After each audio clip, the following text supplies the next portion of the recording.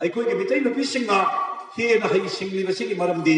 ꯏꯃꯥ ꯄꯥꯟꯊꯣꯏꯕꯤꯒ ꯃꯤꯇꯩ ꯅꯨꯄꯤꯒ ꯂꯣꯏꯅꯗꯅ ꯏꯃꯥ ꯄꯥꯟꯊꯣꯏꯕꯤꯅ ꯐꯤꯁꯥ ꯂꯣꯟꯁꯥ ꯌꯨꯝ ꯑꯃꯗꯤ ꯖꯒꯣꯏ ꯁꯥꯊꯦꯛꯅꯆꯤꯡꯕ ꯃꯔꯝ ꯀꯌꯥ ꯑꯁꯤ ꯇꯥꯛꯄꯤ ꯇꯝꯕꯤꯔꯝꯕꯗꯒꯤ ꯏꯃꯥ ꯃꯤꯇꯩ ꯅꯨꯄꯤꯁꯤꯡꯅ ꯍꯩꯁꯤꯡꯕ ꯍꯦꯜꯍꯧꯏ ꯃꯊꯪ ꯇꯥꯔꯛꯄꯗ ꯏꯃꯣꯏꯅꯨ ꯑꯍꯣꯡꯕꯤ ꯏꯃꯥ ꯏꯃꯣꯏꯅꯨ ꯑꯍꯣꯡꯕꯤ ꯏꯃꯥ ꯑꯁꯤꯅ ꯑꯩꯈꯣꯏꯒꯤ ꯅꯨꯄꯤ ꯈꯨꯟꯅꯥꯏ ꯑꯁꯤꯗ ꯇꯥꯏꯕꯪ ꯌꯨꯝꯕꯥꯂꯣꯟ ꯏꯃꯣꯏꯅꯨ ꯏꯃꯥꯅ ꯇꯝꯕꯤꯔꯝꯃꯤ ꯏꯃोइनु इमाना सेमिटलोन युमालोन मयाम असी नुपी खुनाय सिदा खुजिंग पालवेनदना ताकपी तंबीरंबगी वारी लेरी अदुना अखोइगी मितै नुपी इमा सिंसिना खुलोन कांगलोन खंब हेली अतोप अतोपा फुरुप सागैगी नुपी सिंगना खुलोन कांगलोन से खंब यगदबा अखोइगी मितै नुपीना हेलीबसे लाई नुपी सिंसे पांथोइबीगे खर समना होबा इमोइनु इमागा खर समना होबा सुदौदना नुपी खुनाय सिना लाई सिंगल लोइनरकदगी मतिक मयाई हेलौरि अदुना मतांगसिदा इमोइनु इमा लाइरेंबिना मसा बनाई ओइबी नुपी खुनाय सिदा ताकपिरमी हयें तुंगलमचत नुपी ओइबी सिंगना नाकलो फियालब मतम हाइबसे करिनो नाकलो फियाबा हाइबसे अरिब लोनी अदुना मिरोनबी हाइबनी मिरोलबी नुपी सिंगना इमोइनुद थौनीबा हाइबा चनबी मलै मतम अदुद चनरमी मसि कर्म मतम भाव चलमी अखोइना सनामही लाइनिंग चलिङै निंथौरोनगी मतम हाइरगना इनिंथौ चराइलोंबगी मतम भाव चनर इमोइनु थौनीबसे मिरोलबी नुपी अदुना था मंगादा तरेत तमापंदा यारिमखैगी मंगा नत्रगा तरेता पांथोकपनदी ख्वाइदगी हेना फै मसि मिरोनबीगी उसिन्नी Imoinu लाइरिंबी इमादा ngmu katpa ngmu ahum katpa yai manga katpa yai tarit katpa yai mapan katpa yai lala tolamada hairibu ngamu sing asi hapaga imada katkani he ima yai phabi tembambagi pale mama bibi tolabi namu aigi khoji khada mitam moina leiriba nawasi na taibum phaurakpada awaba lang phum tahambiganu nungsi polam puhanbiganu tingkok laikok piu ima nangina phamda tolabi na usin kachari ayana imoinu imada usinni mirombigi usinni ngamusi karigumba ahum kalagadi ani isingda thadukhini amana mirombina sani manga kalagana ahum thadoga mirombina ani saba tarit kalagana mari thadoga mirombiduna ahum sagani mapan kalagana mari thadokhrga mirombiduna manga ama sahogadabani imung manu matai na saba yade mirolabi nupi adugi usingani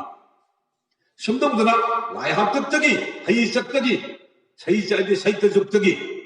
akoina hai chak haibasini hai chakki matamdagi yamna ngalilai sahi lising kaya mama masim chingamdraba matamdagi mirolabi mai bi singna imoinu thoni ba haiba chanabi si aduma chatharkibani masi imoinu da mama oibi singi usinni aduna asina taba imoinu imana takpiba usillabasu nupi khunai da takpirami imoinu imana hairami tao momnu sing imagi imom khoi imana usillabasu takki ko hayeng tungam chatta taibang awaba ko nanaba hairu usillabasu taami madudi kari sansabi chajenbi amada chen phoiding khara ayuk yada angambada poraklaga sansabi du da katpa se he sambi chajenbi namna napari namom kaya khai pokodi awabala pham lekhide khulong palogusu lekhide he sabu phabi ima namgi aphabu ngai budu nanai emonda pinabi wajana chen phoiding du kalme haraga sammangaktagi thawiro lokthokna kungoi du loktholaga nupi du na makoktagi hukchalaga makonglomda huktharaga mayumda iru sadenga sangkhiba masi mirondigi thoidok nakana khraba usinni haibu usilasi imoinuda simba ama san sabida simba ama asigumba mirolabi singna awaba laikai tadanaba nungsi polum pudanaba ajana imoinu lairebi imana mirolabi nupi singda takpi tambiramiba fajakraba sanabi mayamase aikoni hindu laining sangsalubadagidi madu punamaktu Pungang Mangri, Umut Mutkri, Nixingble Kidri, Kabu Lay, Mundala Chankari.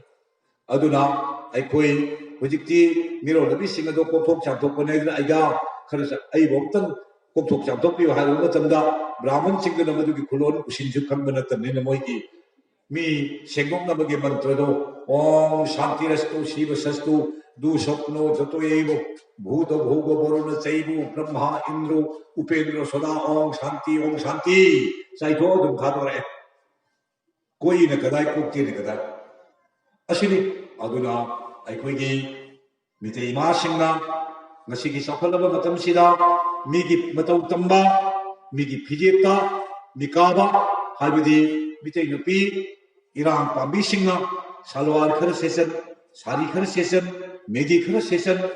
Sundavudana, Agi Pajanabana, Pijit, Liking a say, Taruk Laga, Migi Pijeta, Puja, Viruli Base, the Wigano, Nupi Kunai given Chatasi, Danaba, Nupi Kunai Leka Tauduna, Nasigi Malinda, Mite Nupi have a say, Topta, Ate Nupi Kunaiga, Managana Tomana Lejay, Lagi Pankap Wadi have a sea, Masakta Nava, Honorasi, hello from the sea, my Punamaki Mafamda,